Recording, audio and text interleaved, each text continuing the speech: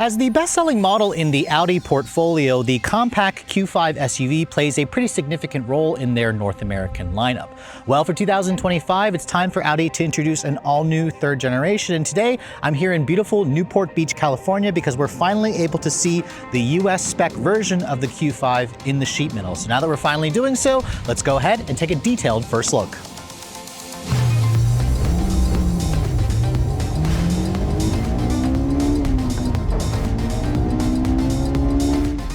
So we've been waiting for an all-new version of the Q5 to show up in America for a few years now. In fact, the current second generation has been around since 2017, so this was kind of long overdue. And I have to say, finally seeing the new model in the sheet metal, I'm pretty pleased with the current design language, or the design language that Audi is kind of going with. As you can see, this particular one that I'm showing you is painted in this beautiful color called Navajara Blue Metallic. It's an extra $595.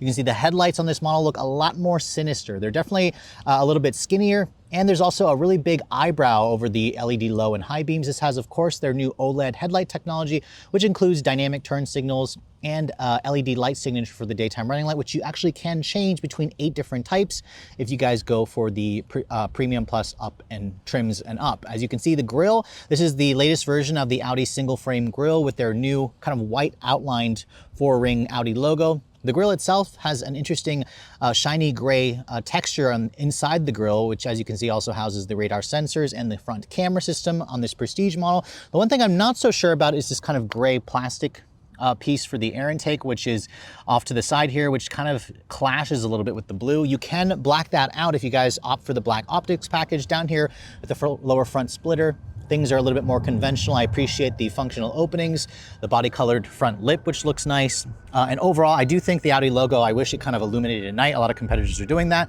But as you can see, the vehicle definitely has a lower and wider appearance to it. And I think it's going to age extremely well, but also be instantly recognizable as a Q5. Now moving around the side profile, you can see Audi basically said that this model was a perfect size for this particular class of vehicles. So dimensionally, it hasn't really changed too much. The wheelbase is still 111 inches long. Overall length is about up by an inch to 185.4 inches long.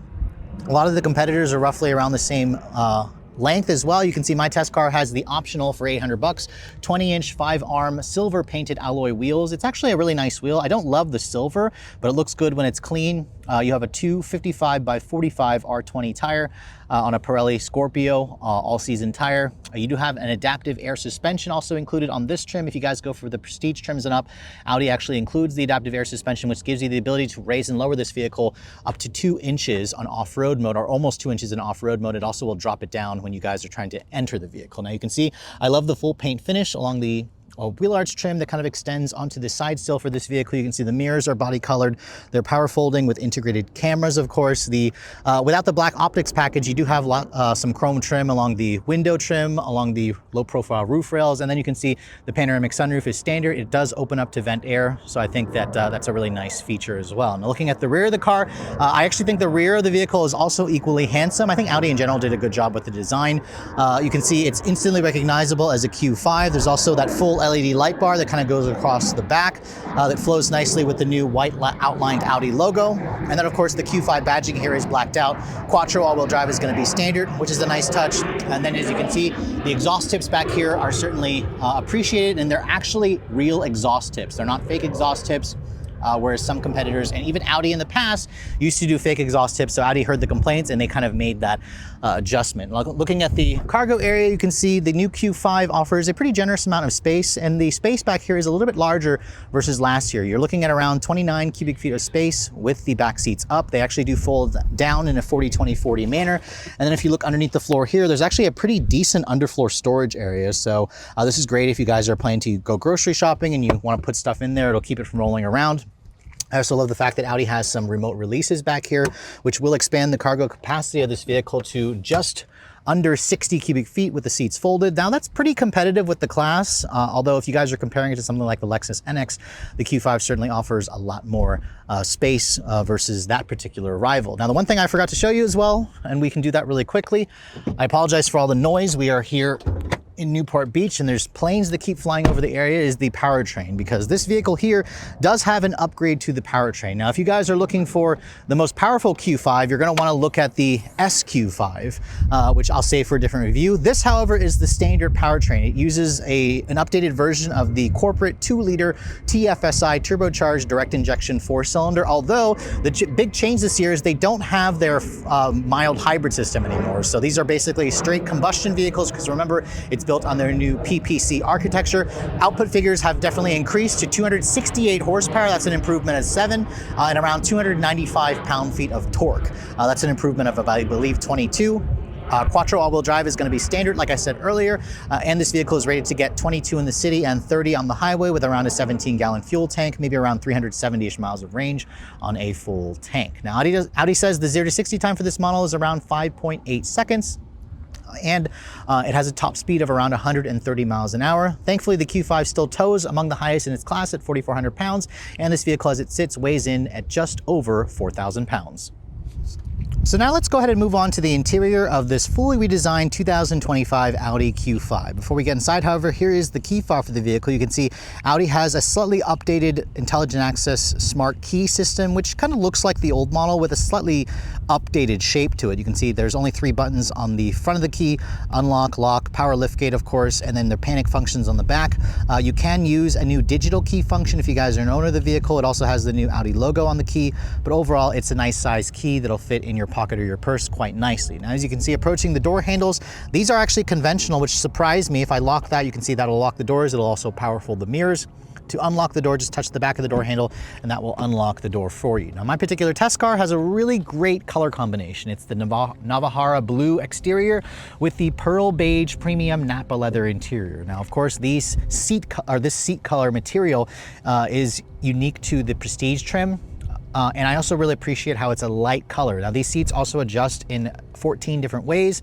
They are heated and ventilated. In fact, if you guys go for the Prestige package, it now includes a ventilated seat as standard. Before, it was like part of a la carte option, and Audi only limited it to like a black interior. You can get a black or a brown interior, or this pearl beige, which I think looks great with the dark blue exterior. You can see, looking at the door panels here, it has a soft touch injection molded plastic, which I honestly think could be a little bit nicer looking. You do have some leather on this area here, on this padded area over here, which is nice. There's an aluminum accented door handle here, and then the Prestige also includes their upgraded Bang & Olufsen stereo system. The window controls have a okay feel to them, although it doesn't have the same satisfying click that I'm used to hearing on other Audi products. And then there's another bank of touch sensitive buttons here for your 2-zone or for your 2-person memory. Your mirror controls with the powerful feature. Your headlight controls are now in the actual door panel, and you can also adjust the child lock from this area here.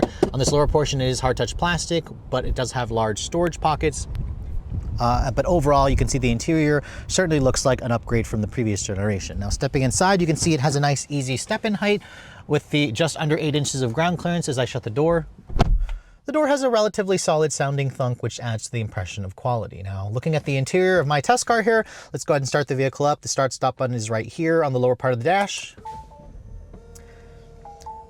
And as you can see, this interior certainly looks a lot more modern. In fact, the entire centerpiece of this interior is called their digital stage cockpit, or digital stage infotainment system. It's comprised of 2 screens, and that's standard across the board for all trims.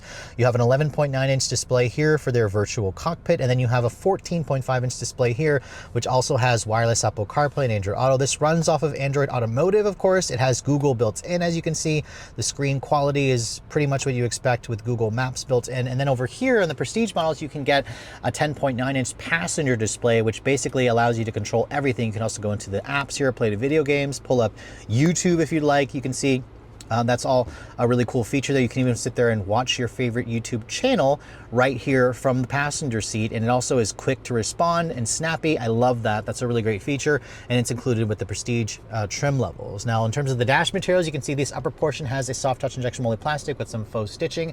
It's not quite the same stitching as you can see on the door panel. It's a little bit different here. There's also this kind of matte finish wood, although I question if this is real wood. It looks like real wood, but I just don't know if it feels like real wood. I think it looks nice, so even if it is fake, I think it makes the interior have this little pop trim piece here, a nice pop of color. There's a nice padded area down here. And then you can see this is the new Audi corporate steering wheel. It's a 4-spoke design with the new Audi logos. Some people have expressed their disapproval with the new Audi logos, but I think it's fine. It just takes a little getting used to.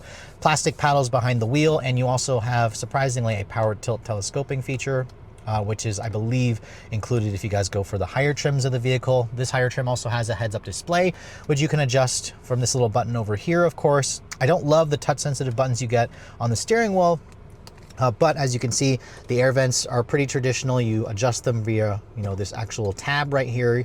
You have your drive mode selector over here, which you can cycle between 4 different drive modes, including an off-road mode. You can see you can lift this air suspension up from that page as well. And then your wireless phone charging pad is here with 2 USB-C charging ports. Lots of piano black plastic here, which isn't my favorite. You can see there's also leather padding here where your knees might hit that. This is your gear selector for the 7-speed auto. You can see put the vehicle into reverse. There's your full 360 camera included on the Premium Plus trims and up. It also has trajectory, cross traffic alert, and cross traffic braking. And the quality and the resolution is pretty high quality. So everything you pretty much expect from a vehicle that has the Audi badge. So that's all very, very nice. The center console area over here also has some ambient LED lighting, although this silver painted plastic isn't convincing anybody. It certainly looks and feels like it's just plastic painted in silver. There's a nice padded center console area. And if I open this up, you can see pretty deep storage compartment, which is nice. But like I said, your USB charging outlets are going to be located here. The seats are also pretty comfortable and supportive. I love the pearl beige design with the contrast stitching. You also have a thigh extender for even the passenger side. Unfortunately, this headrest doesn't actually adjust up or down. It's actually kind of fixed into position, but it actually looks like it adjusts, but it doesn't. I found the headrest to kind of stick too far out, but try the seats out for yourselves. Make sure that they work for you. So that's important. As you can see, the glove box is huge. It's a bin style. It opens up and it's damped in line with felt. It has a ton of storage in there, which is fantastic. And then above me here, you can see the panoramic glass sunroof. Lets in a lot of light. There's also a retractable shade if you guys prefer to have no sunlight hitting you. Again, it's all touch sensitive buttons here, so that's all very nice. So overall, this interior, as you can see, is pretty similar to some of the other newer Audi products like the Q6. I imagine all Audis are going to adopt this infotainment software, but the technology is a big improvement, and the material quality, well, it doesn't feel quite as, top of the class as it used to. It's still very much competitive within the segment. The new X3 in particular, I've noticed, has kind of a cheaper interior. But let's go ahead and hop into the backseat area. I can show you guys what that space is like. As you can see, with the increase in the overall length, Audi actually managed to keep the backseat space pretty much the same. You have around 38 inches of legroom back here, which is pretty competitive. It's a little bit more versus something like the Lexus NX. It's on par with the BMW X3. The door panel material back here is a slightly padded soft touch material. The Prestige trim also includes retractable shades, padded leather over here, of course, aluminum accented door handles, plastic trim over here. These seats actually do fold down, and they also give you a recline function, and you can also slide the seats forward and back. So that's a feature that you typically don't find in the segment, so I think that's really impressive. As I get back here, you can see the legroom space is pretty nice, actually. This is my driving position at 5'7". I have a good foot space. There is a hump here for the center passenger to deal with, of course. You have rear seat air vents, 3-zone climate control, and heated back seats, along with 2 more USB-C charging ports. You have 2 storage cubbies here. And then if you fold this down, you can see there's an armrest with 2 cup holders. The panoramic glass roof comes all the way into the backseat area. And then if you look at the headroom space, there's actually a solid maybe 3 inches of additional headroom clearance. So overall, as you can see, if you plan to use this as a family vehicle, just like the previous generation, the Q5 still has one of the most spacious back seats that you're going to find in the class. Now, if you guys are in the market for a compact luxury SUV, there are no shortages of good choices out there, and the Q5 has always been the safe choice. So after finally seeing the new US spec version of the car in the sheet metal, it's pretty obvious that Audi wanted to play things a little safe, but they also wanted to elevate this car into the modern era, starting off, of course, with the styling. I really think Audi has done a great job with the exterior design. Looks are always subjective, but I really appreciate how this car still looks like a Q5, but just looks a lot more masculine, looks a lot more aggressive. At the same time, it's also still pretty timeless. Underneath the hood, I also appreciate the increase in the power, although I do think the fuel economy of this car, on paper at least, could be better, whereas the, the top versions of this particular segment are the Lexus NX Hybrid, and of course the BMW X3, which is also a mild hybrid. The interior is a big upgrade, of course, with their latest digital stage infotainment software. The Q5 basically went from having one of the smallest infotainment systems in the business to one of the largest now at 14.5 inches, and you can also get that digital display for the passenger side, which I think is also a really nice addition.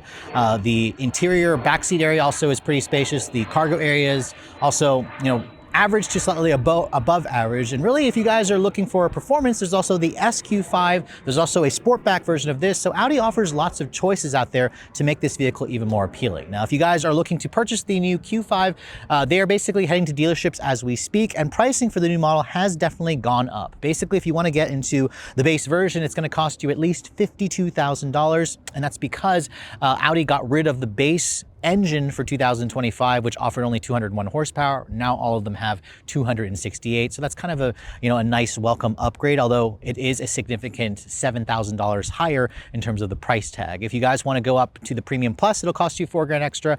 If you want to go to the Prestige, it'll cost you $4,000 extra. This model here, with basically all the options to it, minus the black optics package, comes in at around $63,000. So 63 grand is certainly a lot of money. It is around a few $1,000s more expensive versus some of its Japanese rivals, although the Korean rival, the GV70, is pretty similar in price as well, the top end. But I do appreciate all the changes that Audi has made. With all that said, hope you guys have enjoyed my full overview on the brand new 2025 Audi Q5. If you're also looking to see the latest cars I'm testing, be sure to follow me on Instagram at redline_reviews. Like us on Facebook, and as always, guys, please keep subscribing to the Redline Reviews YouTube channel for all the latest reviews. Thank you so much for watching. I'll catch you all in the next video.